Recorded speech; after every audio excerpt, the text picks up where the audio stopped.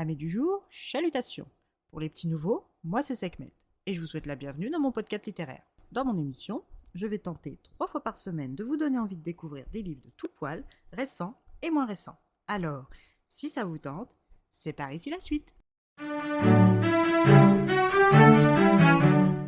Aujourd'hui, je vais vous présenter le tome 2 de la saga La Faucheuse Thunderhead de Neal Shusterman paru aux éditions PKJ. Avant de commencer votre écoute, je tiens à vous avertir que cette chronique contient des spoilers du premier tome, alors si vous ne l'avez pas encore lu ou que vous ne l'avez pas encore terminé, passez votre chemin. Pour tous ceux qui sont encore là, nous pouvons donc commencer sans filtre. Nous retrouvons dans ce second tome Citra, ou devrais-je dire Dame Anastasia. Après son intronisation comme faucheuse, elle se retrouve dans une position délicate. Car même si elle a accepté de devenir faucheuse, elle refuse toujours d'être cruelle. C'est pour cette raison qu'elle opte pour une méthode de glanage inédite. Elle accorde 1 mois aux personnes qu'elle choisit pour ses glanages. Temps pour elles de régler leurs affaires, de dire au revoir à leurs proches, de réaliser des choses qui leur font envie avant de mourir, comme la pose d'un diagnostic mortel faisait dans l'âge de la mortalité. Au bout de ce fameux mois, Dame Anastasia donne le choix de la mort au glané. Mais si au bout de ce laps de temps le glané essaye de se dérober à son sort, la puce qu'elle lui a implantée lors de la sélection s'enclenche et les tue sans sommation.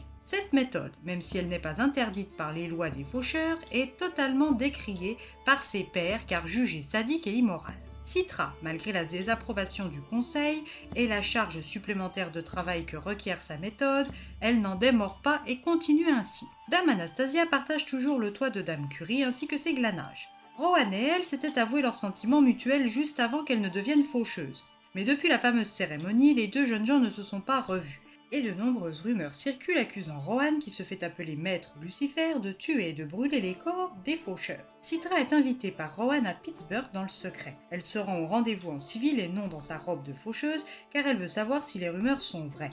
Elle sait que Rohan a été formé par le violent et mégalomane Maître Godard et se doute de la réponse, mais elle connaît Rohan et elle veut sa réponse à lui. Les deux anciens apprentis se rencontrent et Rohan assume presque fièrement ses actes. Il explique à Citra qu'il ne prend aucun plaisir à les tuer, qu'il ne les fait pas souffrir et qu'il brûle leur corps pour qu'ils ne se réincarnent pas. Il lui explique aussi qu'il ne tue pas n'importe quel faucheur, seuls les vils et corrompus sont ciblés, et que l'immunité qu'elle lui a accordée 10 mois en amont n'auront pas suffi à débarrasser la communauté de ses membres véreux, mais il aura donné son maximum pour le faire. Ce rendez-vous est probablement le dernier, car son immunité touche à sa fin, et que tous les faucheurs n'attendent que ça pour lui faire payer ses choix et ses actions. De son côté, le Thunderhead qui nous narre cette histoire, de son point de vue, se félicite d'être ce qu'il est, mais enrage de n'avoir aucun pouvoir sur les agissements de plus en plus violents de certains groupes de faucheurs. C'est pourquoi il a décidé de prendre le parti de Rohan, dit Maître Lucifer.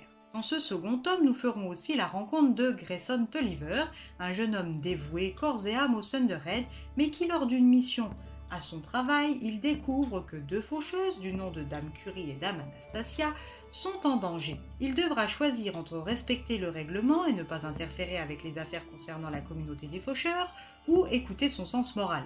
Cette information n'est pas arrivée jusqu'à lui inopinément. Il sait que le Thunderhead lui demande une assistance. Alors, sera-t-il prêt à tout risquer pour aider celui qu'il considère de sa famille? Rohan arrivera-t-il à se cacher de la communauté une fois son immunité levée? Dame Anastasia et Dame Curie pourront-elles aider la communauté à devenir meilleure? Le Thunderhead finira-t-il par arriver à ses fins? À vous de découvrir les réponses à ces questions par la lecture de ce 2e tome.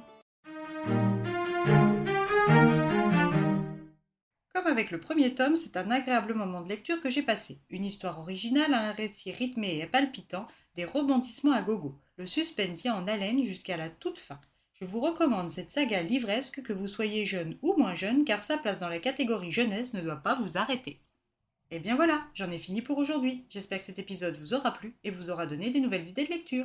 Si vous souhaitez découvrir d'autres petits bonbons littéraires tout droit sortis de ma bibliothèque, je vous retrouve le samedi 11 mars prochain pour un nouvel épisode. Et si d'ici là je vous manque de trop, n'hésitez pas à me rejoindre sur mon compte Instagram @leslecturesdeSekhmet. Sur ce, chalut les amis et à la prochaine.